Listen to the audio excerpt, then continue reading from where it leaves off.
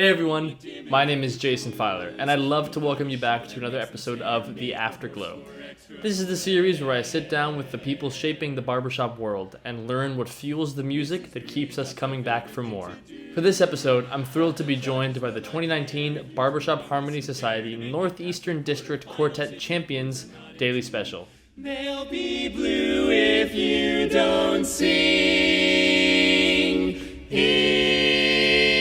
You can sing a patter, but it really doesn't matter unless you sing in tune. You may sing about plain noodles and sell it mugging oodles. You may even have some white men sing the blues. The nicest boys around, but not the biggest sound. That inefficient singing you must lose. And yeah, with a sound that feels both familiar and refreshingly original, Daily Special brings personality, storytelling, and musical finesse together in every performance. Whether they're leaning into humor, delivering a heartfelt ballad, or both, their connection and versatility shine through, and they're always an audience favorite. Today we'll talk about how this quartet came together, their musical identity, and how they balance fun and humor with musical excellence and meaning. So sit back, relax, there's no reason to wait any longer.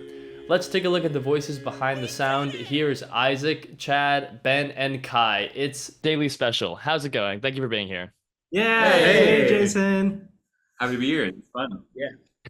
I'm very glad you guys are here. So we're going to be talking a little bit to them about their individual backstories, and then we'll get into more of their time as a quartet, how they came together, a lot of their arrangements, performances, and things like that. So without further ado, let's just, let's hear about how you guys get into barbershop. Just, what got you into it, what got you, wanting to compete, that kind of thing, just, individually. So maybe Chad, we'll start with you. Yeah, so hi, I'm Chad. I sing lead in Daily Special. I started singing barbershop in high school, and there was a high school quartet in my high school that was like student run. And it was like very loosely student run in the sense that it really depended, the quality especially really depended on who happened to be in the quartet at the time. And when I was a rising junior, all four of the guys in the quartet were graduating.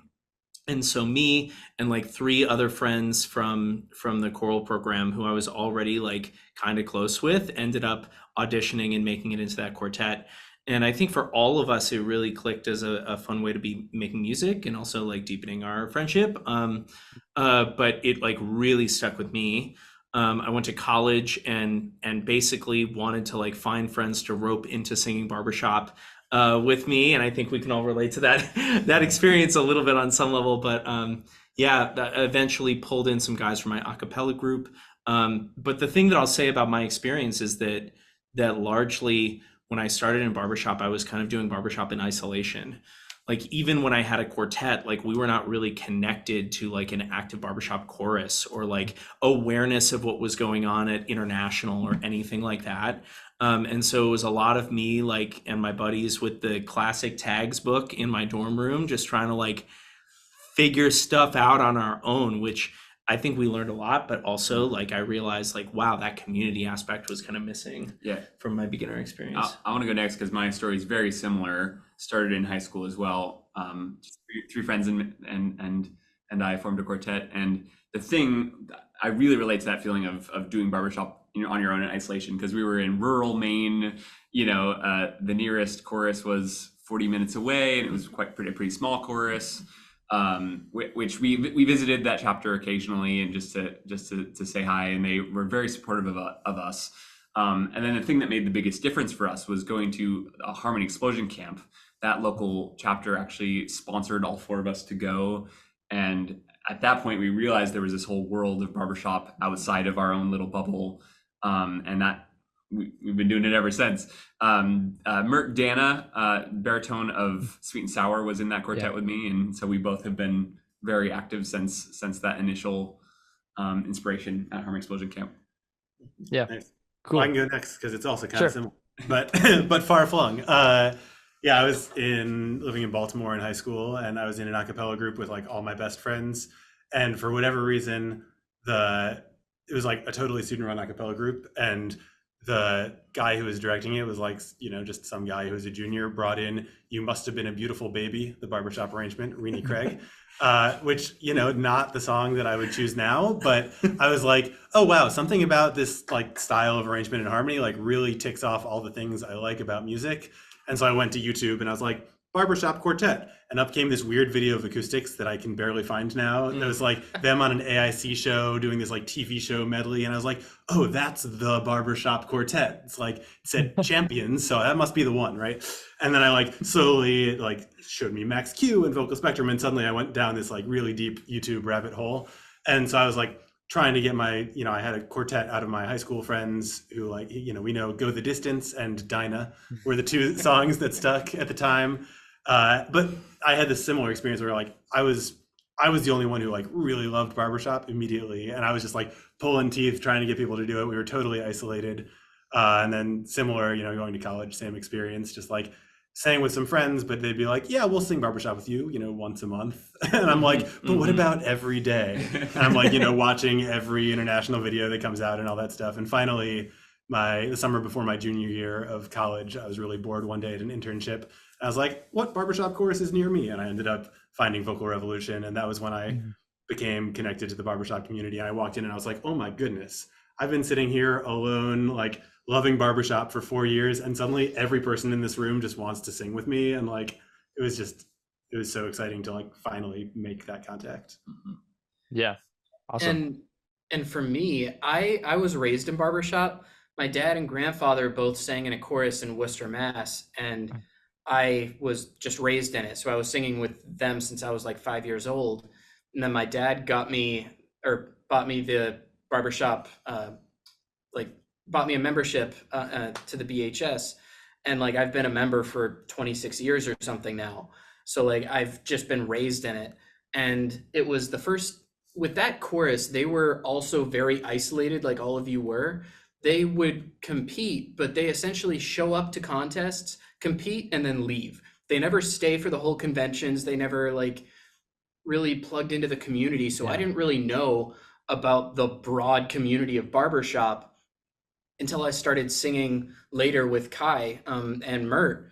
We actually were in a separate quartet before this, and it like opened the doors to like, oh, barbershop is a community. It's not just like a thing that you sing with a chorus and then go home. Like, there's so much more to it, and it's just really cool experience, because throughout everything, it's just like we've all been so isolated, and then you open up.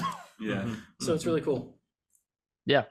Cool. So Chad, you had mentioned kind of being in the choral world, and also, you guys had also done some a cappella. How is it? Because I've done both those two at college, and I'm wondering how you guys have experienced a difference between, singing things like choral music, contemporary a cappella versus like barbershop, and how you found that to be any sort of different, any challenges there, going from more like classically trained and that going to barbershop. Yeah, I think that's a great question. I think it speaks to honestly what some of what we're working on as a quartet right now. Actually, I of the four of us have the most and like deepest classical training.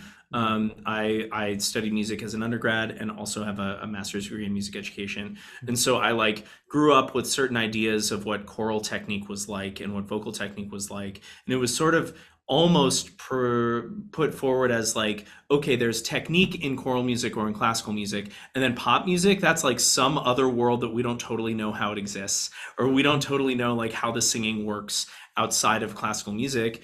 And I come to barbershop, and I fluctuate wildly back and forth between like good singing is good singing and good technique is good technique. And then on the other side, which I actually think is maybe more true, is that there are a variety of techniques across the world. Like when we look globally at who's able to sing really well in their style over the course of their entire lifetime, those styles and techniques vary drastically. When you think about, Indian classical music as like a style of singing, right? Versus barbershop versus like Western choral tradition, like all of those things are really different in terms of how they think about resonance and how they think about vowel shapes and how they think about even things like intonation. And so in some ways, I think part of my barbershop journey, personally, just speaking personally, has been like learning how to sort of develop myself as a singer, and with vocal health and high quality singing, whatever that means for me in that moment, at the center. But that, like, I got to make different choices when I'm singing barbershop than when I'm singing in a church choir. You know, I do some like church gigging, right? Like, they don't want me probably to use a barbershop-y vowel palette when I'm singing William Byrd. You know, like that's it just actually is different. I think contemporary a cappella is similar, but in kind of an opposite direction. Where my experience, at least with my college a cappella group, which I sang with for 4 years, all 4 years of college, is a lot of singers come into those kind of groups wanting to sing solos and with solo kind of pop experience. And the challenge for those groups is learning how to sing as an ensemble, which for me, with some barbershop experience, I was able to I think bring a lot of good information to that group in terms of, you know, having to really tune chords accurately and sing with straight tone and sing and match vowels and match resonances and all of these things that are so important in barbershop are also important in contemporary a cappella, and sometimes take a bit of getting used to when your only experience is singing solo pop music at karaoke or whatever, right? Or in the same way, you know, only experience is in the classical genre. You know, there's certain genre specific things that cross over, and certainly, as Chad was saying, a lot of differences as well, which are important to acknowledge and accept. And where you get into trouble, I think, is if you know, I've had different teachers throughout my life who have sort of been in this camp, is if you put the blinders on and you say, this is the one true technique. That, like, to me is ignorant of like the big old world that's out there.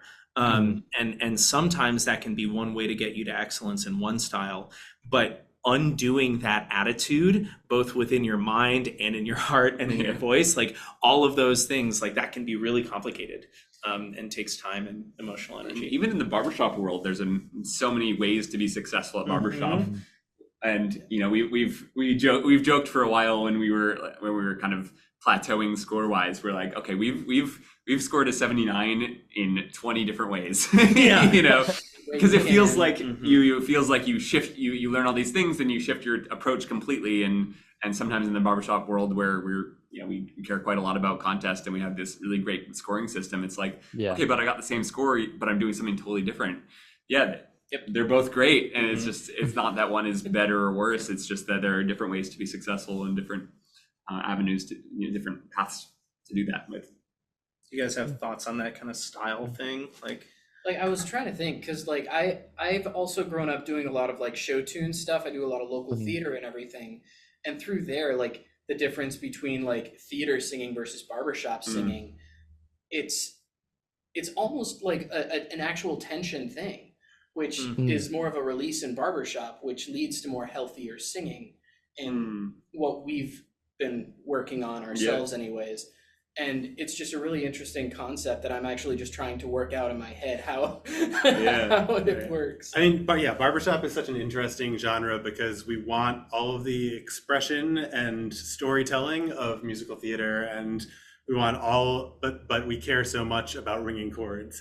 So there's this like just really tough balance of, okay, how many of these tools can we use without sacrificing the core of our sound? Right. And I think that's an inherent tension in barbershop that we're always kind of fighting. Yeah, I think it kind of goes in both directions, right? There are things that we can learn and take from other styles that make our barbershop better, and there are also really clear differences that we need to understand. You know.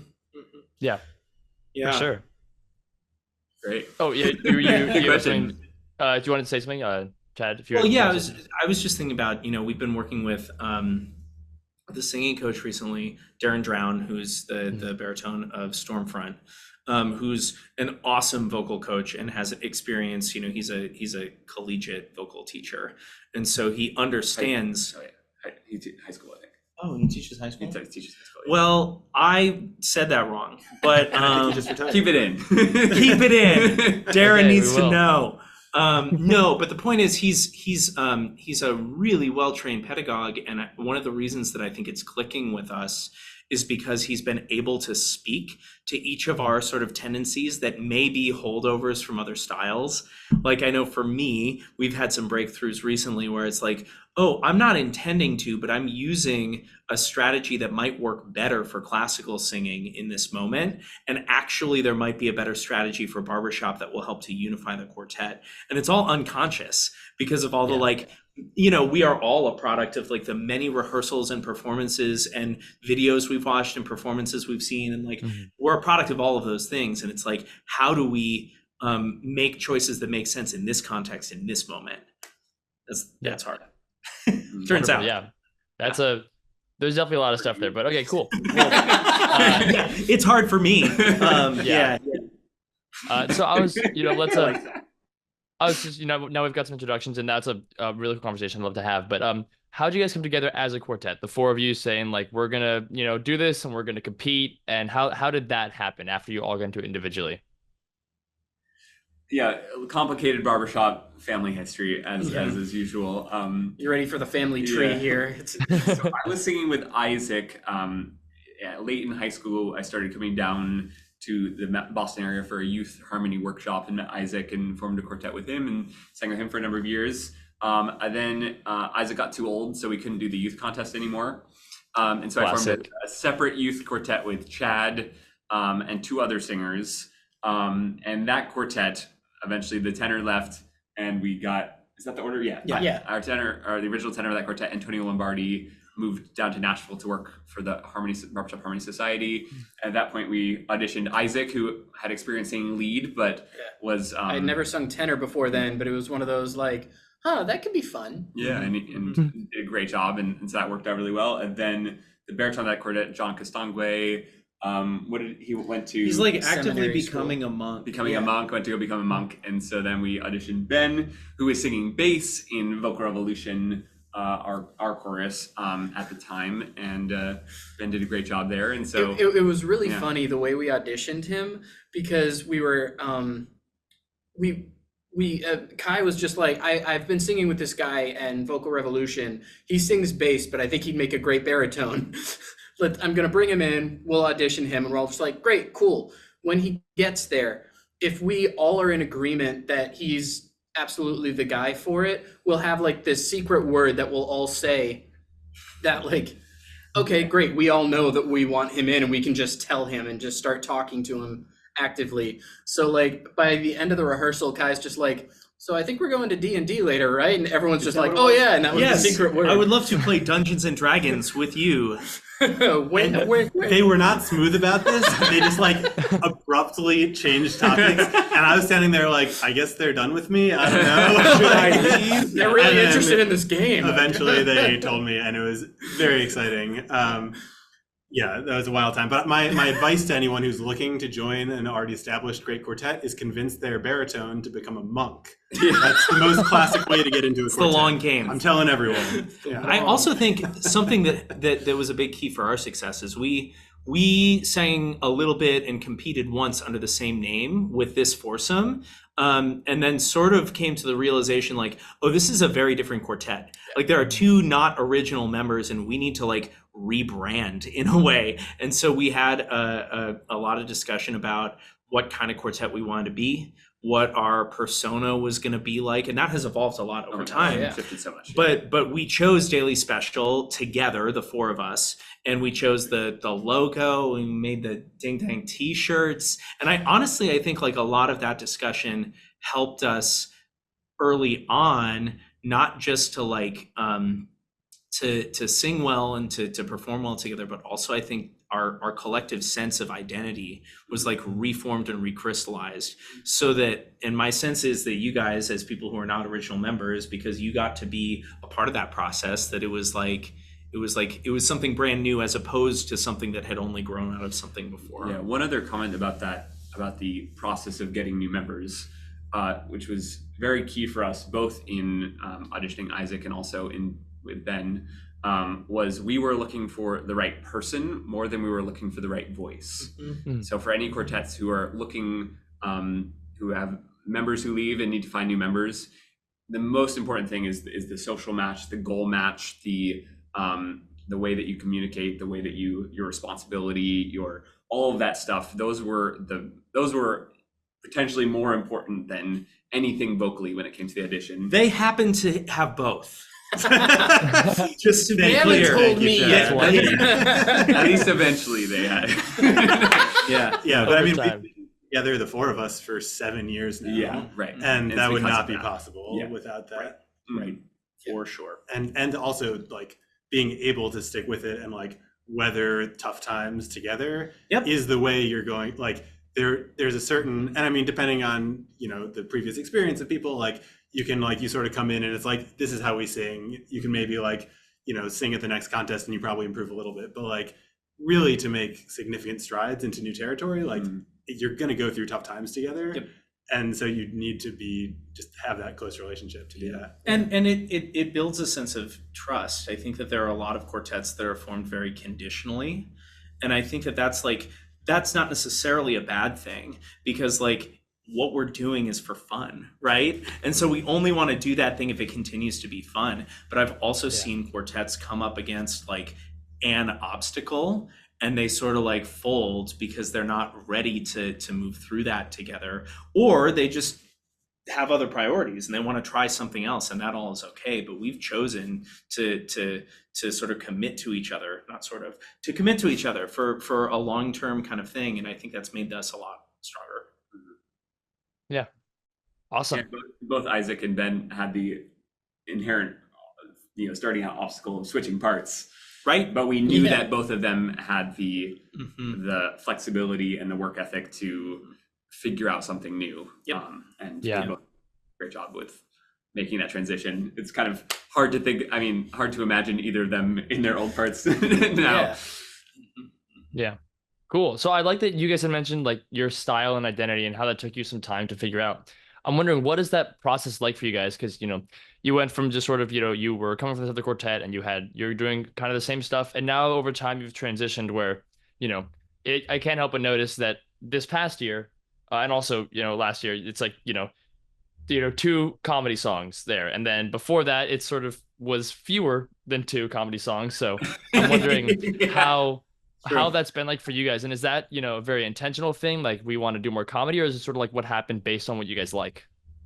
Yeah, I mean, we can kind of track it through like when we first formed, it was like one of the songs that we were singing right when I joined was It's You I Like, Cay's arrangement that now a lot of people are singing, which is awesome. Yeah. And like the really core of our identity when we sat down and we decided to be Daily Special was songs about friendship, you know, not traditional love songs. Like that was like what we really wanted to be. And we had a bunch of songs that were that. And I think it was a really strong identity for us. We sort of played with different directions. There was like, you know, we sang Proud of Your Boy, which was a little bit outside of that, you know, like a darker way, not dark, but you know, it's Disney. More musical theater. And then more emotional. Yeah. And then in 2019, we picked up My Shiny Teeth in Me, which was just like, this would be a great song for Chad kind of vibe. And that was like, at the time, like the far other end of our repertoire. We were like, this is a little bit too goofy for us, but like we're enjoying it. And people really responded to that, and we had a lot of fun putting that together.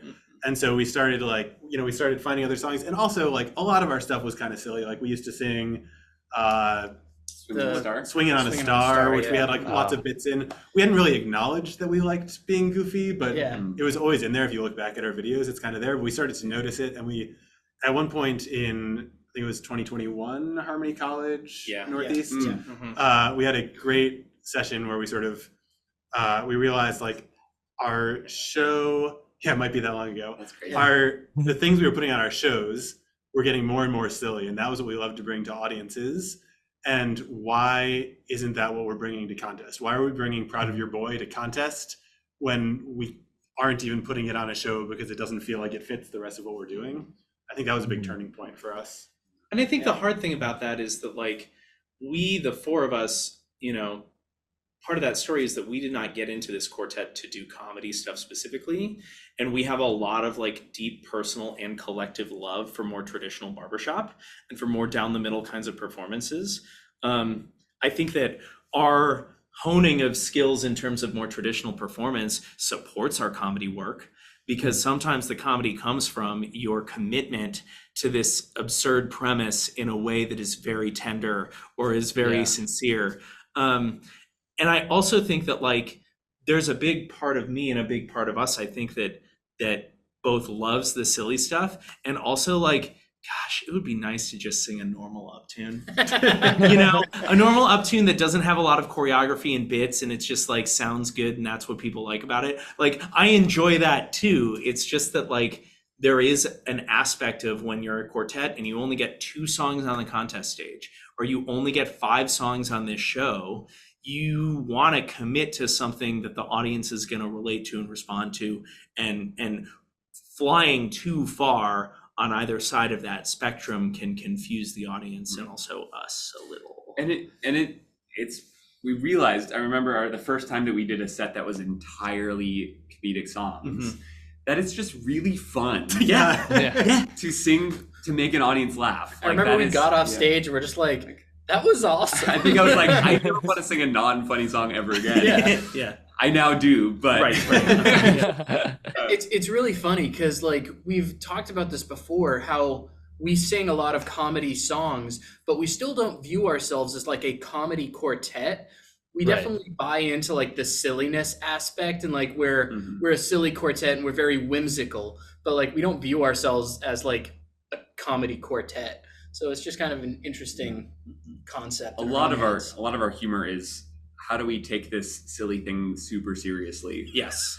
And that's it ends up reading as funny, but for us it's like like singing If Moon Was Cookie is not at all a funny experience to us.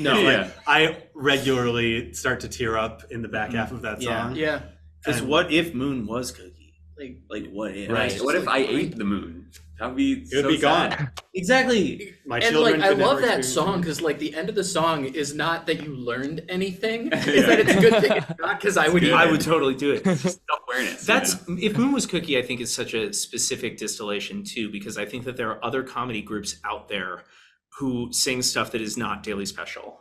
You know, and I think that like sometimes we get song suggestions that like don't quite hit for us because there's this element of what we like to do with comedy where there's this like sincere sweetness sort of like underlying it. I think our most successful stuff, and I think Moon is like the perfect example of this, is that like it's funny because of how sincerely they are being about this like absurd concept, but also like it's not about like meanness and it's not about like tearing stuff down, and it's, if anything, it's like there's a funny element that is from the like sincere vulnerability that we associate with more traditional barbershop performances that we were like really attached to when we started. Like when we started as a quartet, the 4 of us, like we really latched onto the idea of vulnerability and performance. And I think that our best comedy does the same thing in a different way.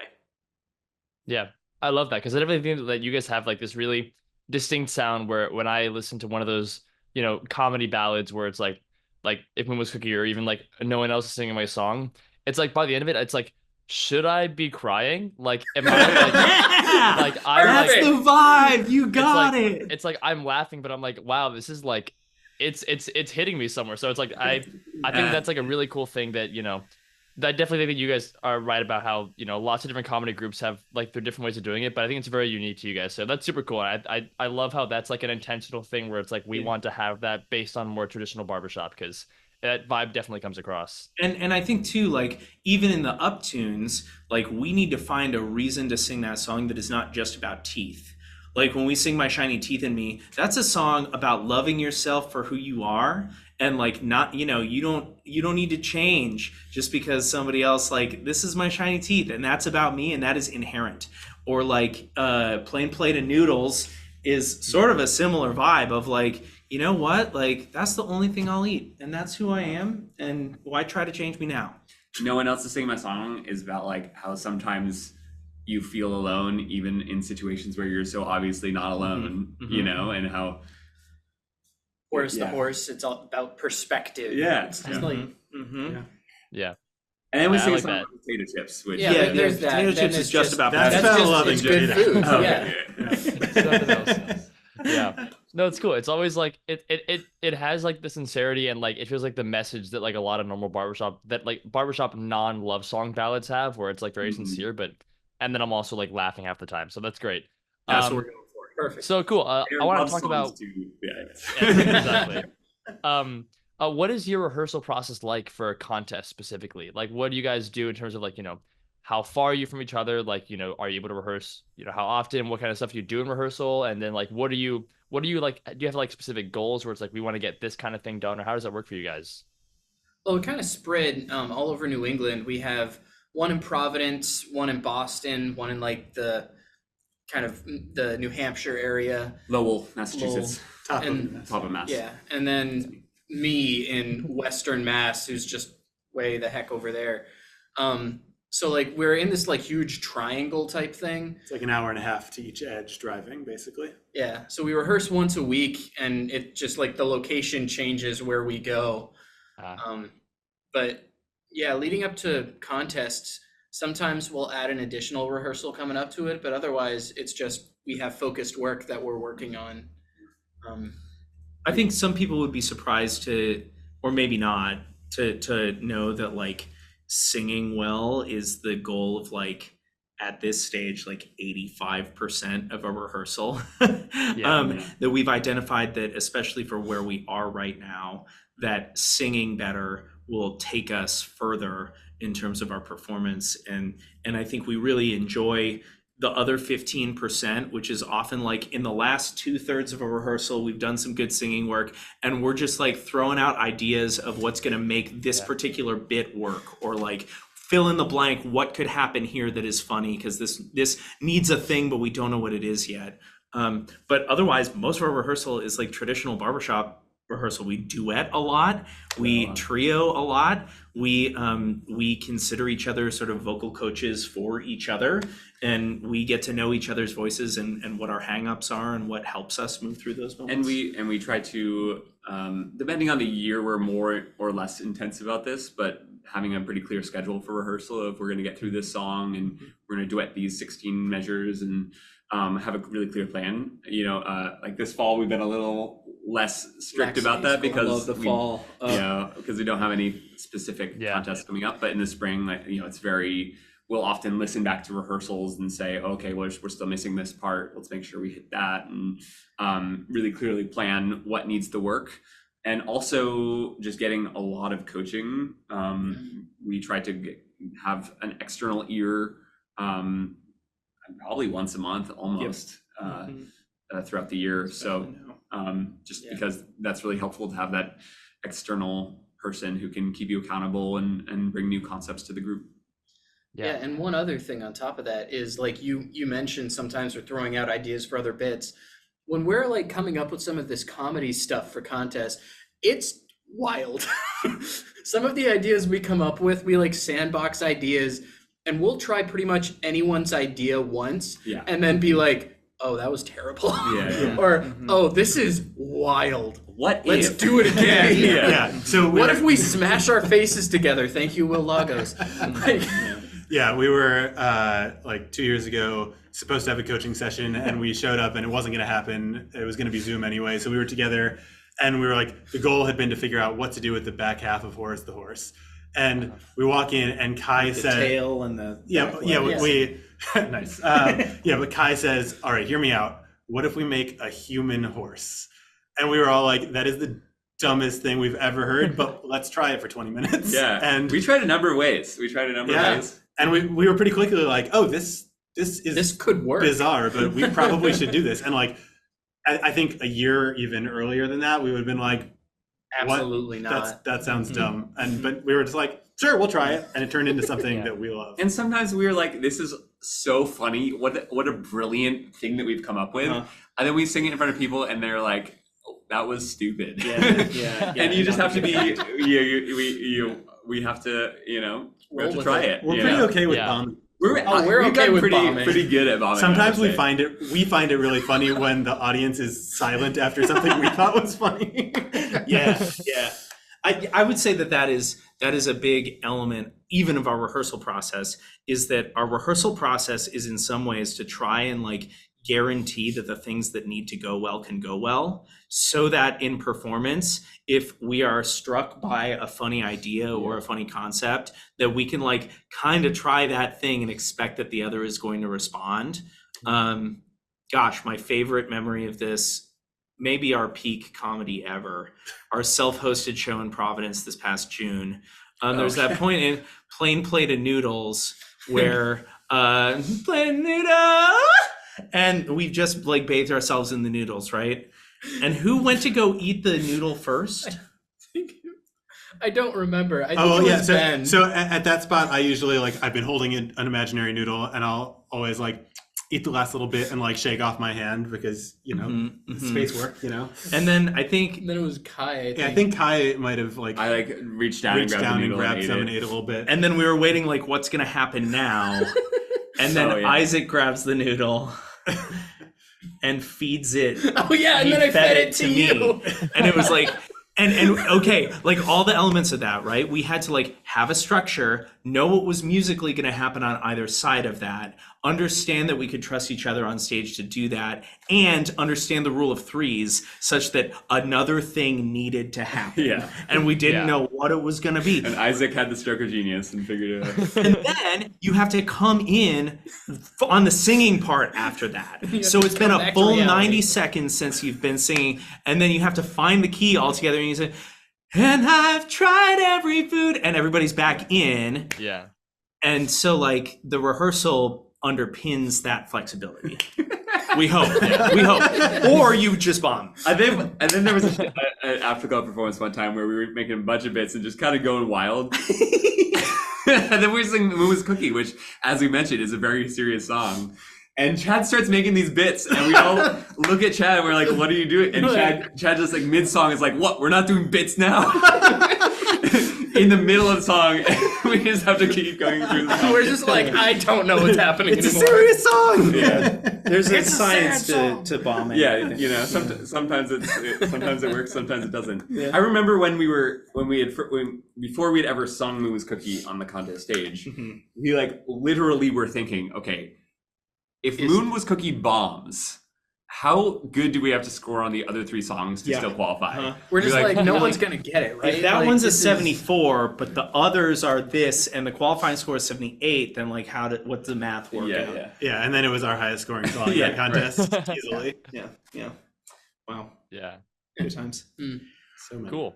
All right. So one more thing about rehearsals. So Cay, obviously you do like the bulk of the arranging, especially like, you know, these past two. So what's it like for you as an arranger to yes, also with Ben, but like what's it like for you guys as arrangers to be a part of that rehearsal process as well, and like be there while rehearsing your arrangements, and you know, having the you know I mean, I don't know how you guys do it, but like a lot of times the arranger will have like the authority on like what kind of stuff happens. So like how do you guys navigate that process? Well, it is really nice that like as mentioned before, where we all treat each other as vocal coaches, we also all treat each other as kind of fellow arrangers. You know, Ben arranges some of our music.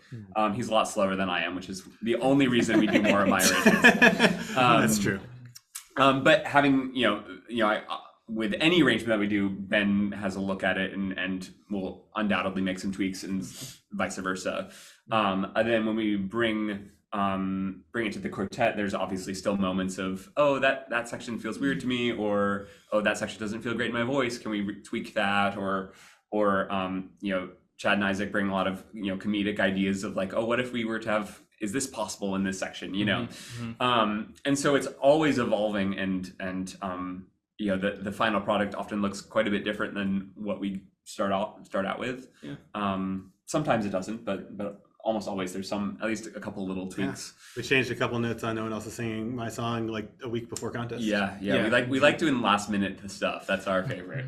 Plain Plate of Noodles, we did an entire rewrite of like all of the comedy stuff the physical comedy stuff the night before. The physical stuff. Yeah, in Louisville. Yeah, we just like completely changed that. That was great. It felt so fresh, and like I think we were all so present in that performance because we hadn't done it a million times. Yeah, and we're just like, this will be what it is. Let's have fun. It also, like, for me as somebody who's not an arranger, it feels like we have freedom to do whatever we want musically and comedically, because we have a couple of nerd brains over here who are gonna figure out how to make it work. or sometimes to say, sorry, I don't think this can work, or like that's actually messing with the concept of this moment here, or what I'm trying to make cool with the arrangement. Like that's always kind of being renegotiated. But to some extent, again, talking about things that support comedy, the ability to musically rewrite any section to be what we want to be, like on the fly, that's a superpower of this quartet, honestly.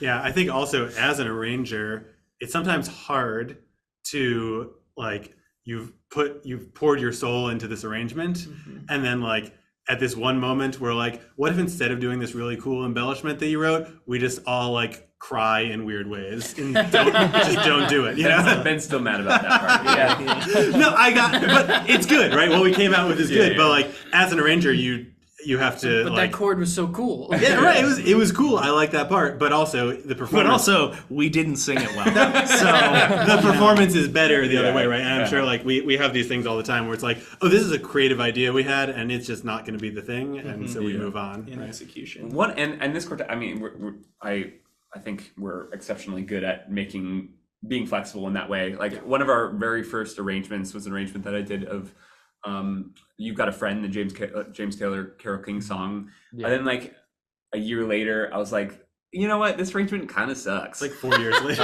4 years later. a while later. This arrangement sucks. Let me just like redo it completely. And then we like picked that up so fast. Yeah. It was just like, It was like one rehearsal. oh, this is A fully rewrite. different. Yeah. Like just like there was no parts that really Same that were- tag. Yeah. Same tag. Yeah. Same Right. tag. That's it. And Which we're Ben like, had originally written. and we're but- singing that song on the show tonight. Like, but you it's know, we were able to just be like, oh, that's out, this in, you know. yeah. Same thing with like some of the parody stuff that we've done, like Writing we did- parodies in the car on the way. yeah, like we did a parody of You Can Fly, and like we were able to kind of flip back to the original, which we're also singing tonight at the show. That Eat we're a Fly, of course. Eat a Fly for our As fly one set. does. Right. Yeah. Yeah. Cool. All right. So I want to ask how was this past convention, specifically the Comedy Quartet Festival? Because that was an incredible time. I love that, and it was great to see all the stuff you guys did. So what was that like for you guys? Well, so that frog set that we did, we had done that a couple years prior on the like Show of Champions for our district. And it had a third song to it, and similar sort of situation where we're like, is this gonna bomb or is this gonna be great? Who knows? And it went really, really well for the barbershop audience, and then we sang it for some non-barbershop audiences, and they were like, this is weird. So, you know, a little bit of both. But it was kind of I think a legendary performance for us. Yeah. But we kind of promised, okay, one time it's out, we're never doing it again.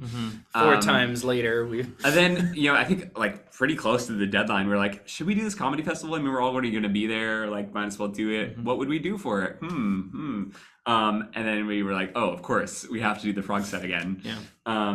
Didn't tell anyone. In fact, lied to a lot of people saying that we weren't going to do it. Sorry. So we cut one of the songs, and it was just fun to do that. You know, that kind of humor and that kind of set works really, really well with a barbershop crowd. And so we relish those opportunities to perform that kind of humor for an audience that really, really gets it. Right. The audience that shows up to the comedy festival at the International Barbershop Convention is ready to hear everything that we think is funny, like Crocal Spectrum. And, Yeah.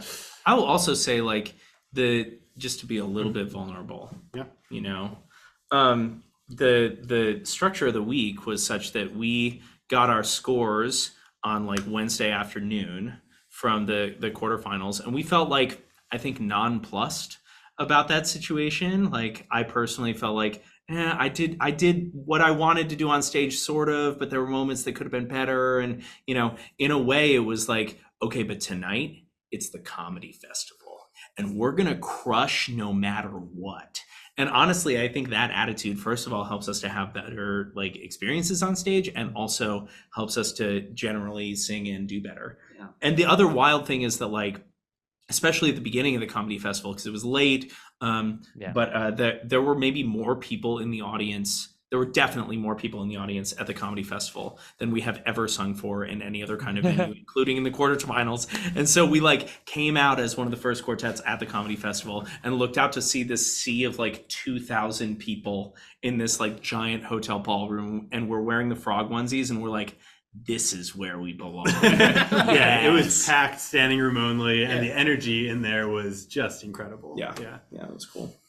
Yeah, cool. So I want to backtrack a little bit. What is the story behind the food set from last year? You know, you guys did like the two songs. Like, was there a specific thing where it's like, we're gonna go out, we're gonna do these food songs, and everyone's gonna love it? What was sort of the backstory behind the choosing Yum those two Center. songs? What else were we gonna do? The name is the Sure, Yum it was. Center, Yeah. the venue. Yeah. But I will say that was something we noticed after we had the set. Yeah, it was that. Oh. I mean, as we're thinking about the types of songs that we sing, and we strive currently to find songs that are not about food, because you can't only Right. sing about food.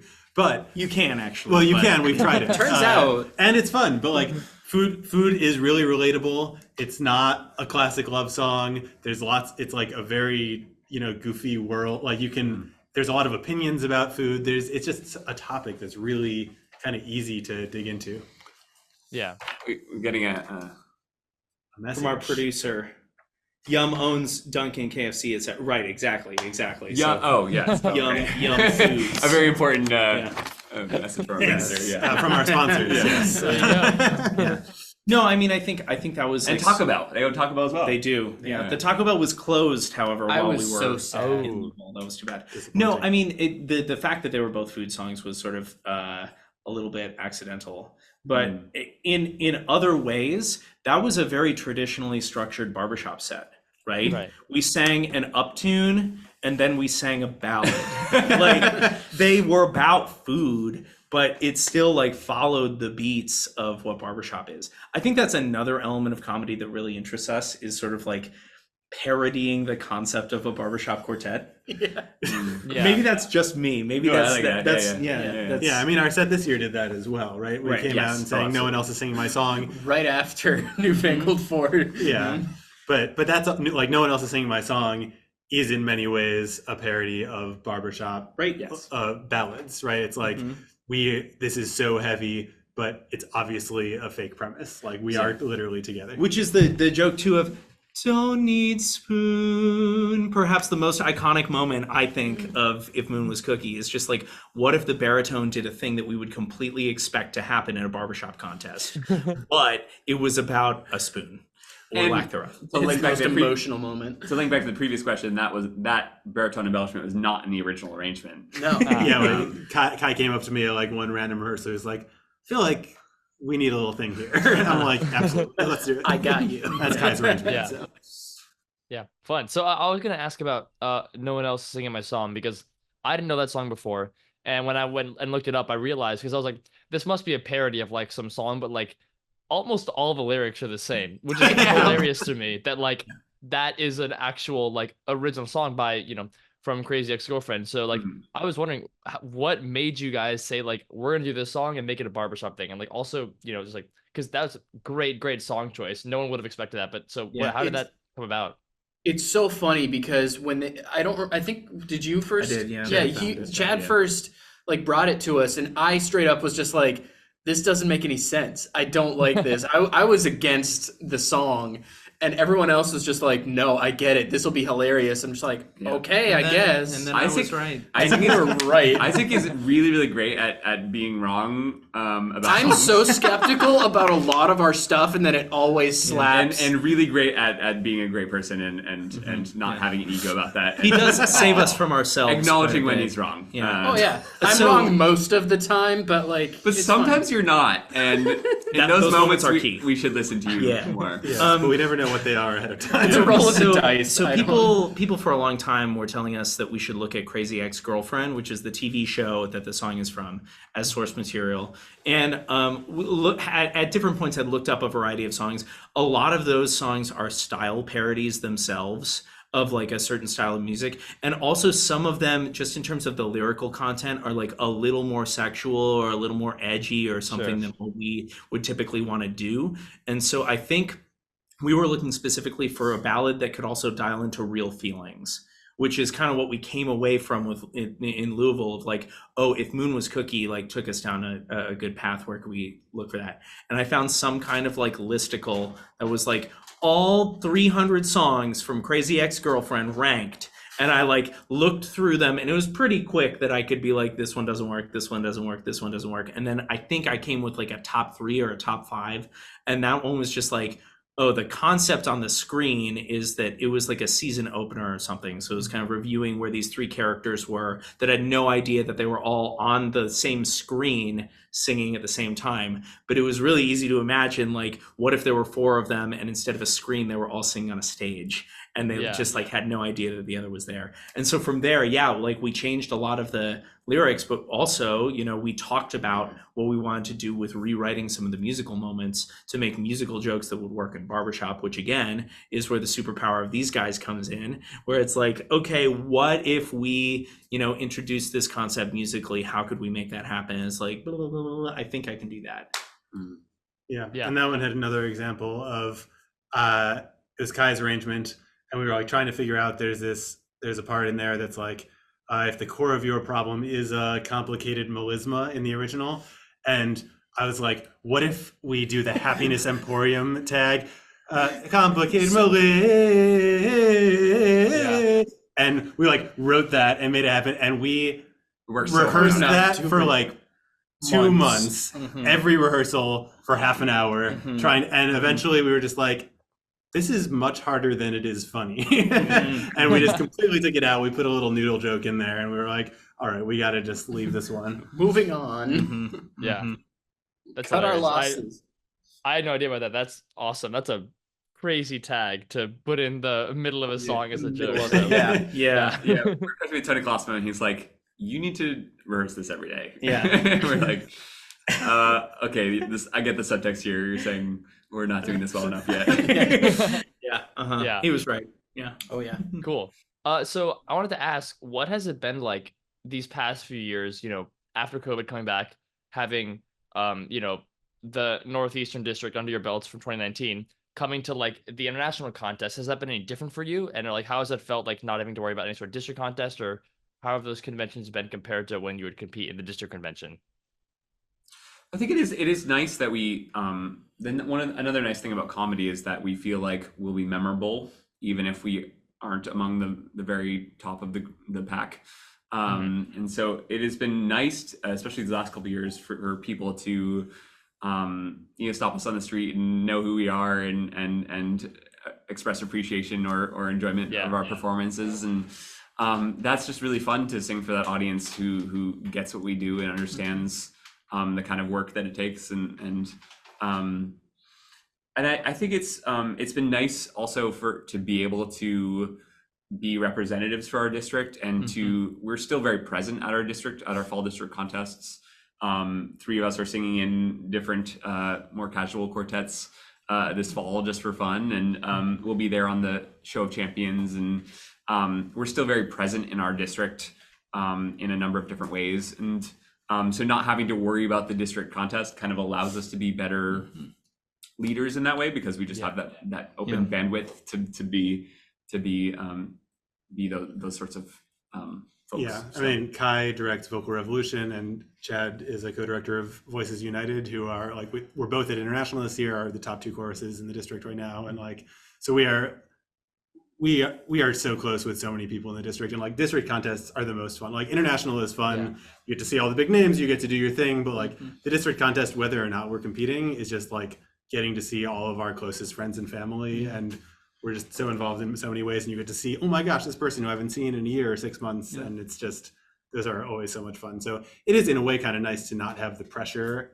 in that setting and just be able to fully enjoy it. We got to host a webcast a couple times. That was pretty fun.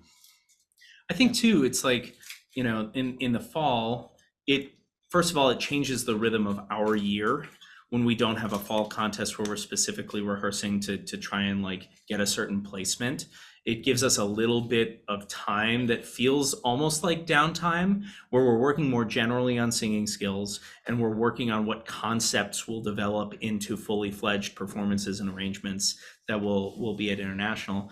And the other thing that I've been reflecting on recently is that our district contest is in like a month, And instead of being primarily quartet competitor that weekend, I feel like my role, and this is true, I think, for all of us, is to like support the other quartets that are still in that contest.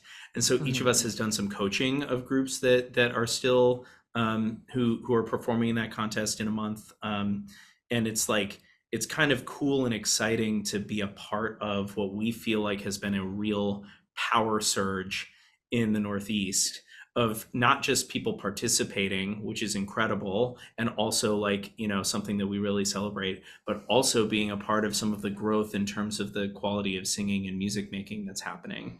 And in a way that feels really open-hearted, and in a way that feels, you know, we started this interview talking about our relationship getting into barbershop to the greater barbershop community.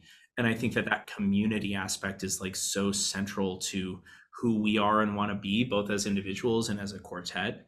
And so the fact that in the fall, instead of being, you know, in our own heads about what we want to do in contest necessarily, we get to be more outwardly focused, and we get to be more focused on lifting up the others in our community, like, feels really powerful. Because then the flip side happens when we're at prelims in the spring, and it's like, no, it's business time for us. Like, really, we are focused on doing as well as we can in those prelims. So it's nice that we have a variety of different kind of vibes for what we're trying to do at a given convention. Yeah. Nice. Okay, cool. So before we do some final things, I want to just play not a little game, but like a little rapid fire questions, just to, you know, ask you things. So I'll go down the line, just ask each of you something. So let's go. Cay, what's your favorite barbershop tag? Through the Long and Lonely Night. Okay. And also, Cay, what is your favorite barbershop event that you've been to? Great question. It's this one that we're at right now. This is up there. Probably. Come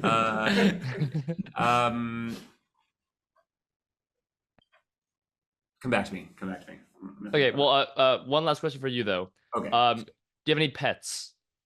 My roommate has 2 cats who I hold close to my heart. So, yeah. Cool. Physically and emotionally. Yeah. All right. Chad, how about you? What's your favorite tag? Sunny Boy. It's got everything you want. It's got a quiet part. It's got a loud part. It's got an interesting lead part. It's got a low bass note. It's got a high tenor note. It's got some cool baritone stuff. It has a cool baritone option if you want to be annoying. I love Sunny Boy. Okay, cool. And what's your favorite barbershop event you've been to? I guess I knew that was coming next, right? I don't know if this is a favorite, but it's one that I've been thinking about recently, and I was talking with our producer Jeff about this earlier. I was at the first Mixed Harmony Brigade, and that was several years ago. And it was in 2019, and that was such a cool event because I had been to a number of Harmony Brigades as a participant, and that was the first mixed one in the United States.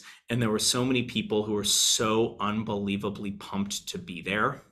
And the quality of singing was really high.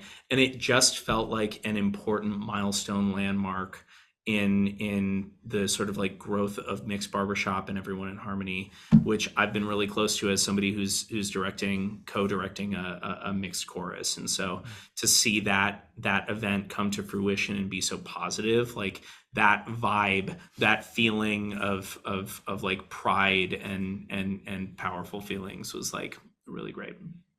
Cool. And so last question for you. What's your favorite 7-letter word?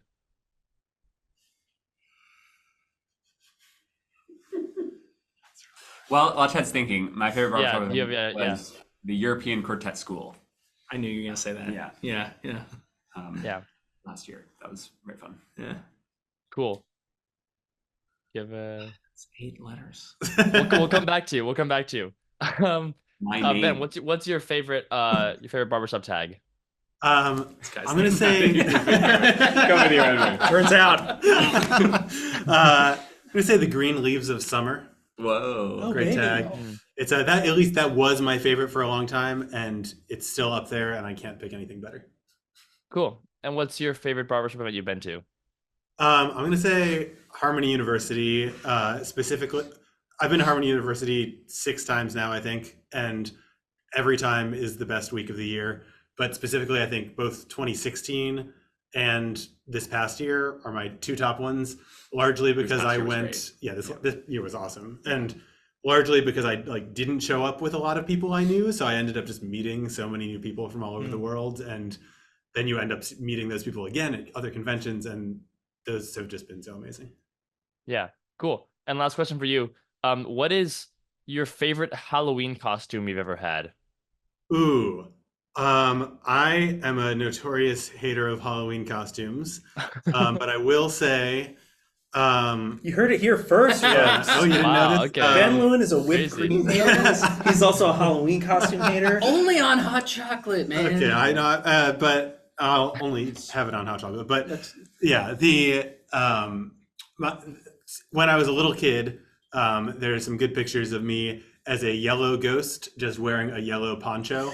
That was the level of effort. There's another good one where I was like Superman 3 years in a row, and my cousin was also Superman, and so we're just Superman. Oh yeah, That's a good word. I got it. Cool. It's Seltzer. Seltzer. There you go.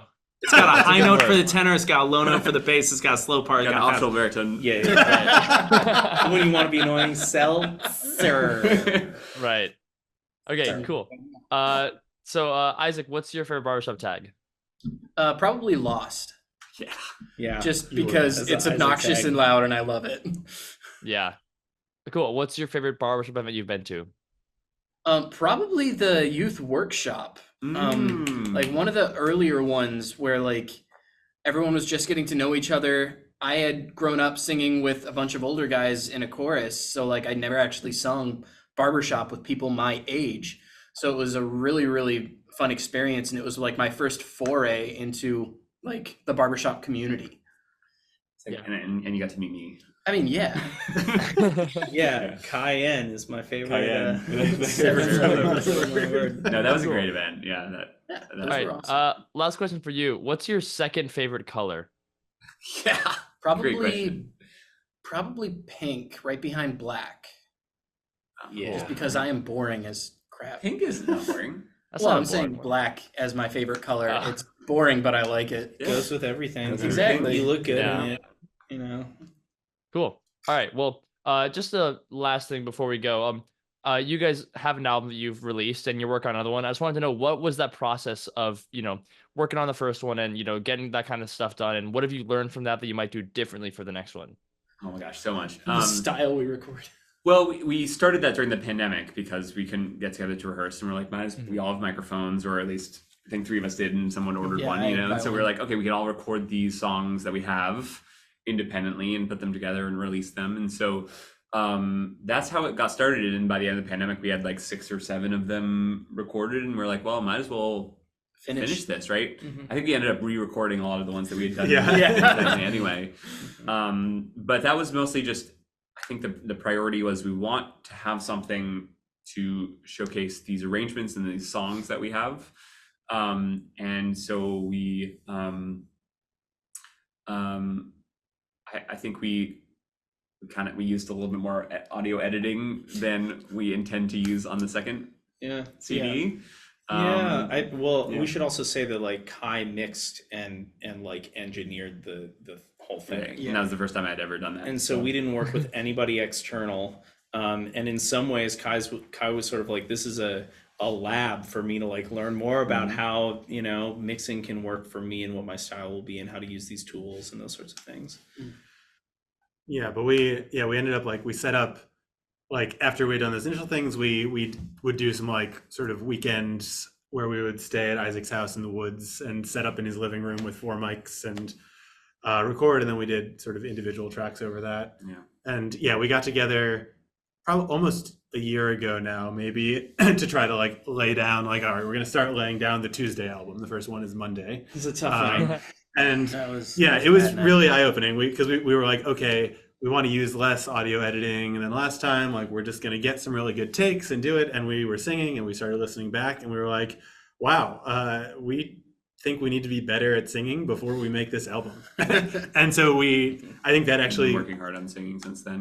that really like directed in a way our focus. We were like, oh gosh, we need to sing more in tune. You don't notice that sometimes, like in tune singing is important. And like we do so many like, crazy whimsical things. Like honestly, that was able to carry our score in a lot of way in contests because it's like, wow, this is a really entertaining version of this level of singing was where we were. So we've been now really working both for contests, but also for the album on, can we bring that singing up to match?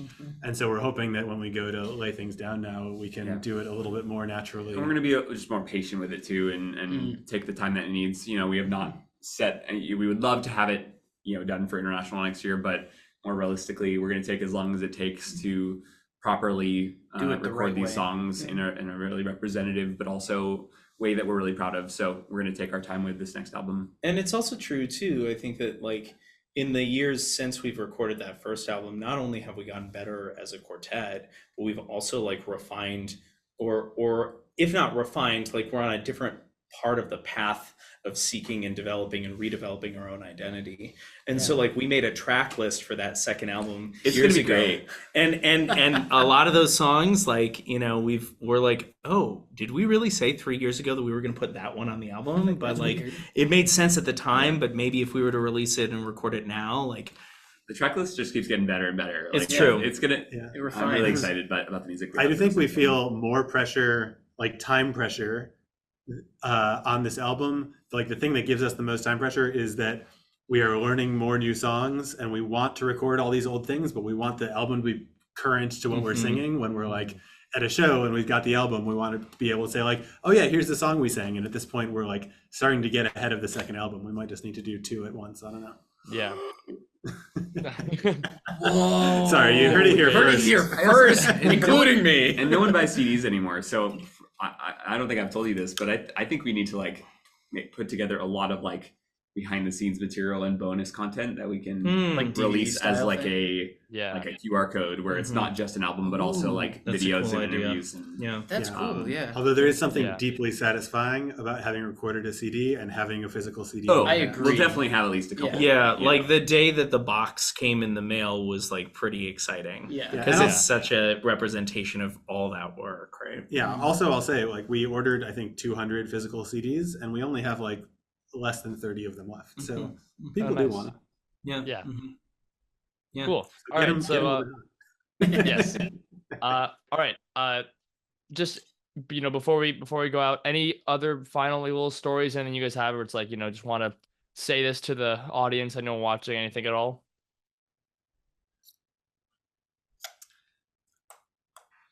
Keep singing. Yeah. Keep singing. I mean, I think that like we as a quartet on that same note the same night when we decided not to record a CD for a while, defined our sort of like values as a quartet as like excellence in barbershop, innovation in performance, leadership in our communities. And I think that like I really relate and respond to each of those, and I would recommend that any ensemble of any kind has big conversations like that, because the big stuff, like when you know those are the goals, when you have an inflection point or you run across a difficult moment, it can be easy to go back to those and say, okay, what's important to us and why? Absolutely.